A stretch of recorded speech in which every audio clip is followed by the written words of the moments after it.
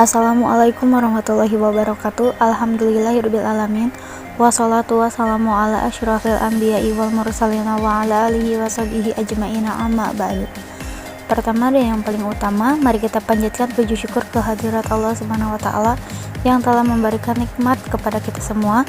Dan tak lupa, marilah kita berikan sholawat serta salam kepada Nabi besar Muhammad SAW yang telah membawa kita dari zaman jahiliyah menuju zaman yang penuh ilmu pengetahuan seperti sekarang ini. Yang saya hormati Bapak Ahmad Rifai, SOS IMAG, selaku dosen pengampu mata kuliah Agama Islam Kemuhammadiyahan serta teman-teman. Baiklah, dalam pembahasan materi presentasi kali ini, izinkan saya untuk menampilkan presentasi yang telah saya buat mengenai jawaban ujian akhir semester. Soal yang pertama yaitu jelaskan bagaimana sejarah penguasaan ilmu pengetahuan dalam Islam, lalu fase kemunduran umat Islam hingga terjadinya pemisah antara ilmu dan agama di Barat. Jawaban yang pertama, periodisasi sejarah dalam peradaban Islam secara garis besar terbagi menjadi 4 bagian, yaitu ada periode awal Islam, masa Umayyah, masa Abbasiyah, dan masa modern. Untuk periode awal Islam atau yang sering disebut juga sebagai fase yang dimana kitab suci Al-Quran ini baru diturunkan di tengah-tengah umat manusia. Periode ini dimulai dari abad ke-7 sampai abad ke-13 Masehi. Periode ini bermula dengan ditandainya kemajuan kepustakaan Arab, pengajaran Islam, dan penyebaran pokok-pokok peradaban Islam atau hadiyarah Islamiyah. Sejarah perkembangan yang merangkul 3 unsur penting dalam peradaban, yaitu ada keagamaan atau akidah, kesukuan atau qabaliyah, dan aristokratik atau aristokratia. Corak perkembangan peradaban Islam pada periode ini lebih cenderung meramu antara peradaban Islam dengan konsep-konsep Imperium Timur sebelumnya, baik dari sisi ekonomi maupun monoteistik yang telah ada. Kemajuan periode tersebut ditandai dengan adanya kreativitas umat untuk mendirikan sebuah konsep negara baru dan negara dengan agama. Kemudian dari sisi ini, lahirlah kebijakan-kebijakan baru dari kepemimpinan setelah wafatnya Nabi alaihi salam, masa Khulafa Rasyidun, yang mampu membawa kebijakan Islam dapat diterima luas di seluruh kalangan. Setelah Islam mengalami ekspansi wilayah yang lebih luas, tentu pemeluk Islam semakin banyak. Kemudian, kehidupan masyarakat kian pesat dan meningkat dalam sektor ekonomi.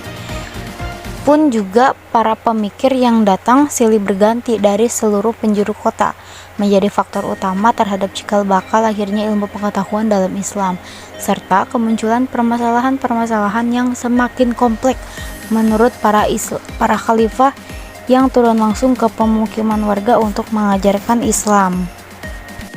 Kemudian masa Umayyah. Sebutan Daulah Umayyah berasal dari nama Umayyah bin Abdi Syams bin Abdi Manaf, salah satu seorang pemimpin suku Quraisy pada zaman jahiliyah atau pra-Islam.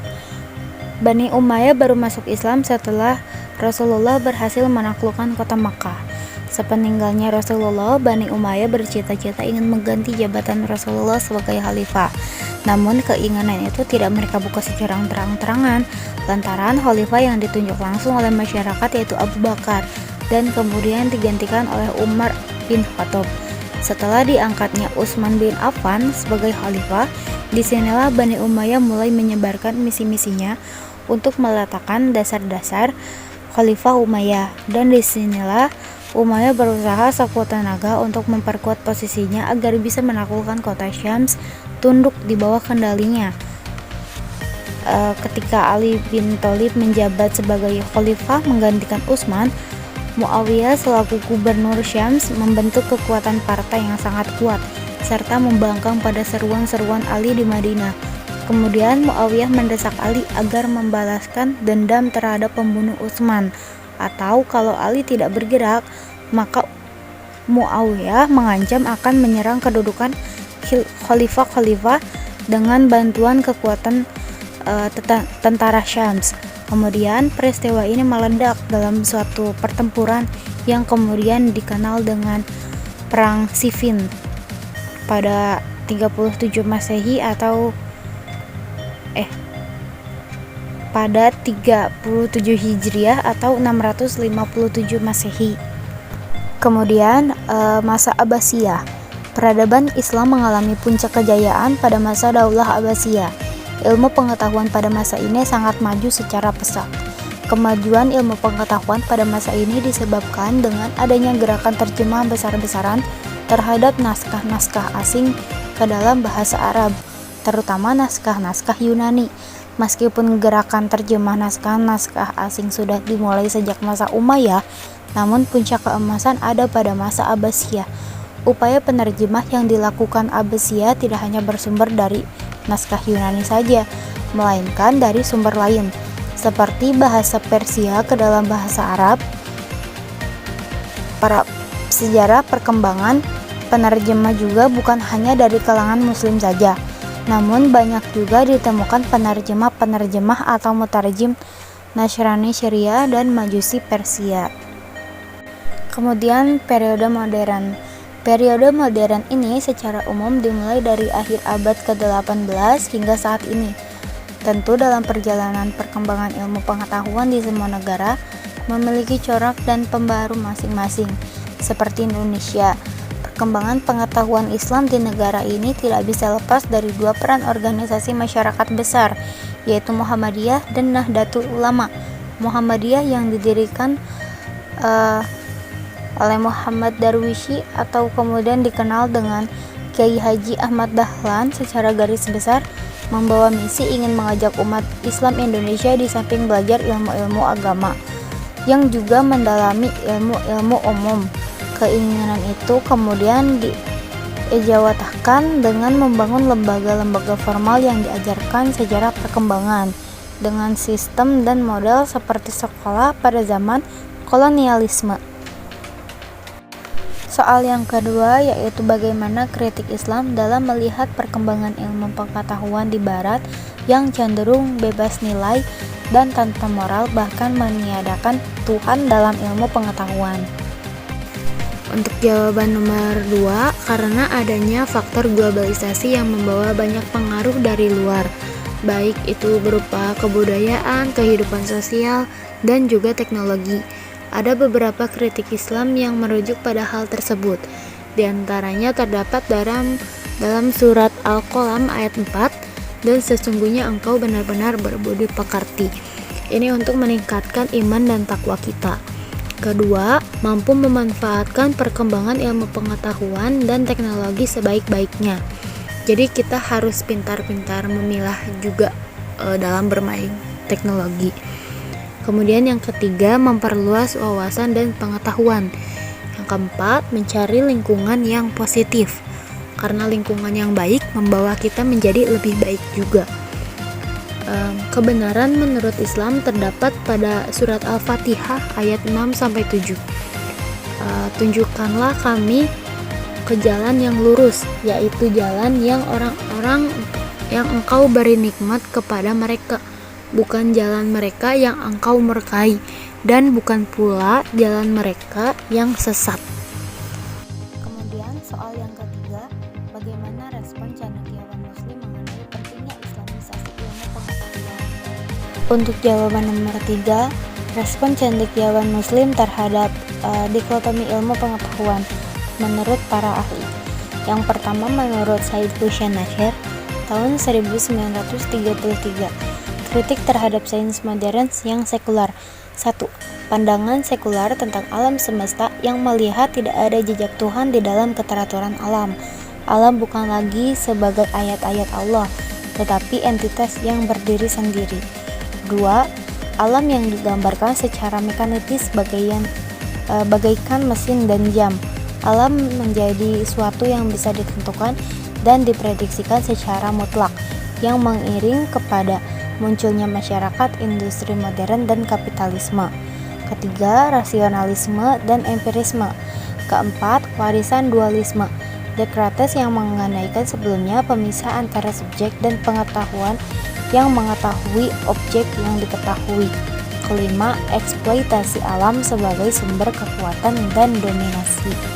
Kemudian menurut Ismail Raji Al-Faruqi pada tahun 1921 sampai 1986.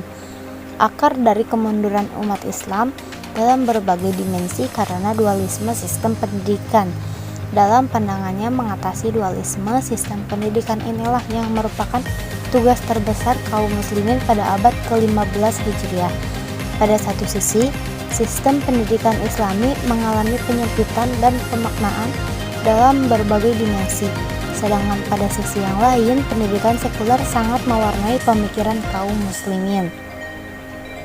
Kemudian menurut Syekh Muhammad Naqub Al-Attas pada tahun 1931, tantangan terbesar yang dihadapi kaum muslimin adalah ilmu pengetahuan modern yang tidak netral telah masuk ke dalam praduga-praduga agama, budaya, dan filosofis yang sebenarnya berasal dari refleksi kesadaran dan pengalaman manusia barat.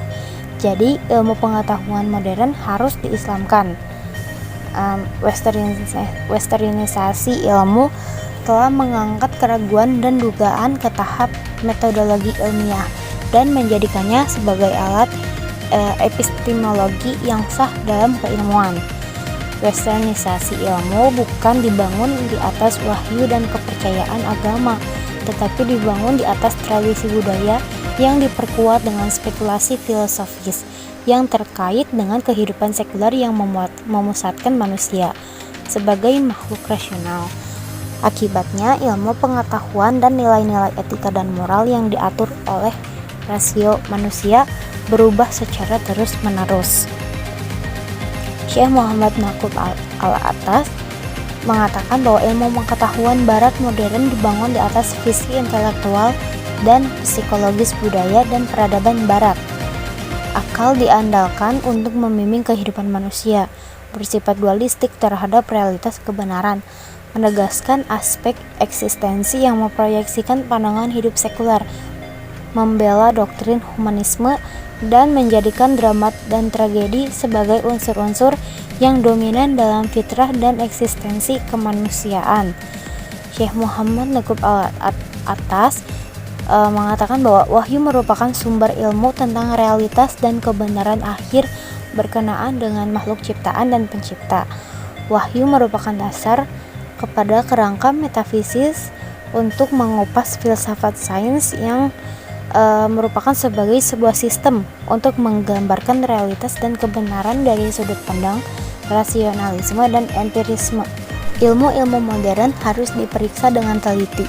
Ini mencakup metode, konsep, praduga, simbol, dan ilmu modern, beserta aspek-aspek empiris, dan rasional, dan yang berdampak kepada nilai etika, seperti penafsiran historitas ilmu tersebut, bangunan teori ilmunya, praduga berkaitan dengan dunia, dan rasionalitas proses-proses ilmiah, teori ilmu tersebut tentang alam semesta, klasifikasinya, batasannya, hubung kait dengan ilmu-ilmu lainnya, serta hubungannya dengan sosial harus diperiksa dengan teliti. Selanjutnya menurut Fazlur Muhsin Abdus Abdul Basam Rahman Mahdi Salam Karim Tibisorus, konsep ilmu menurut Fazlur Rahman yaitu ilmu pengetahuan tidak bisa diislamkan karena tidak ada yang buruk di dalam ilmu pengetahuan. Masalahnya hanya dalam menyalahgunakannya. Ilmu pengetahuan memiliki dua kualitas seperti senjata bermata dua yang harus digunakan dengan hati-hati dan bertanggung jawab. Sekaligus sangat penting menggunakannya secara benar ketika memperolehnya. Konsep ilmu dalam pandangan Fazlur Rahman itu bersifat relatif. It's obviously not necessary that a sound interpretation once accepted must continue to be accepted. There is always both room and necessity for new interpretation, and this is in truth ongoing and process. Kemudian Basam Tibi mengatakan Islamisasi ilmu pengetahuan juga dianggap sebagai pribumisasi atau indigenation. Islamisasi ilmu adalah tanggapan dunia ketika kepada klaim Universitas Ilmu Pengetahuan Barat. Islamisasi adalah penegasan kembali lokalitas menentang ilmu pengetahuan global yang menginvasi. Kemudian Abdul Karim Sarush, Islamisasi ilmu pengetahuan adalah tidak logis atau tidak mungkin. The impossibility or illegality of Islamization of knowledge. Alasannya, realitas bukan islami atau bukan pula tidak islami. Kebenaran untuk hal tersebut bukan islami atau bukan pula tidak islami. Oleh sebab itu, sains sebagai profesi yang benar bukan islami atau bukan pula tidak islami. Para filosof muslim terdahulu tidak pernah menggunakan istilah filsafat Islam. Istilah tersebut adalah label yang diberikan oleh Barat, Western Knowledge. Kemudian Abdul Karim Sarush juga memberikan sebuah metode metafisis empiris atau logis adalah independensiasi dalam Islam atau agama apapun. Metode tidak bisa diislamkan. Jawaban-jawaban yang benar juga tidak bisa diislamkan. Kebenaran adalah kebenaran dan kebenaran tidak bisa diislamkan. Nah, kemudian pertanyaan-pertanyaan dan masalah-masalah yang diajukan adalah mencari kebenaran sekalipun diajukan oleh non-muslim. Metode yang merupakan posisi dalam sains tidak bisa diislamkan. Kemudian soal yang keempat, bagaimana Islamic Technopreneur menjadi solusi keilmuan di masa yang akan datang? Untuk jawaban nomor 4, seperti yang telah dikatakan oleh Bapak Ahmad Rifai mengenai Technopreneur, yakni di masa depan, Technopreneur merupakan salah satu kunci keimanan karena akan lebih mudah untuk memperoleh dan meningkatkan ketakwaan dengan contoh Quran digital, dakwah online, pengingat azan, dan sebagainya yang akan menjadi solusi keimanan di masa depan. Mungkin cukup sekian penjelasan dari saya. Mohon maaf sebesar-besarnya apabila ada salah pengucapan kata ataupun ada kata yang tidak enak. Wabillahi taufiq wal hidayah. Wassalamualaikum warahmatullahi wabarakatuh.